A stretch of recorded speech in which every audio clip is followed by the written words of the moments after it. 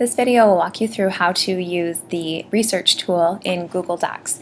So I have my Google Doc open, and the reason you might want to use the research tool instead of going through just regular Google and then having the students write down their information is that it keeps everything all together in one place. They can do their research in their Google Doc, and they can also be searching the web from the same screen.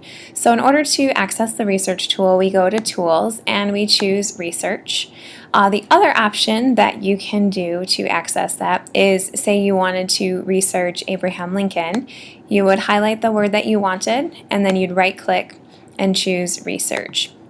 So up here, when the research box opens, we can type in our search. As soon as I click in that box, you can see I get a bunch of different choices. So if I wanted to simply search my personal Google documents, I could search for that here. If I wanted to look up a word or define it, I could find it in the dictionary, etc. So I'm going to search for Abraham Lincoln.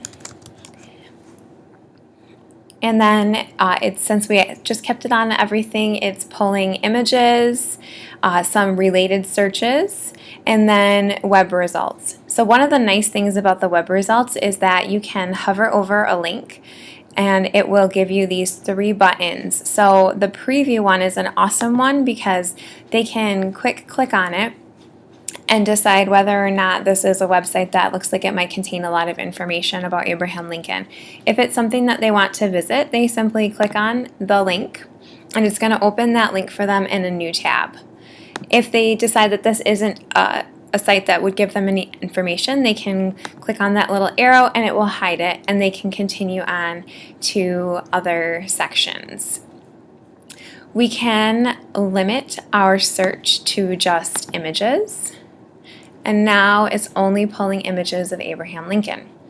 And one of the things that might be useful is to filter your image results just a little bit further so that you're only pulling from images that are free to use, share, or modify rather than not filtered by license. And that way you are sure that you're using images that have been given permission to be used.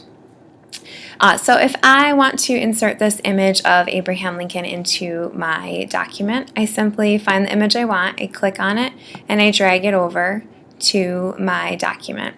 Now it's going to automatically put the picture where my cursor last was. So if I want to move that, I'm just going to put my cursor in front of the picture and then adjust it.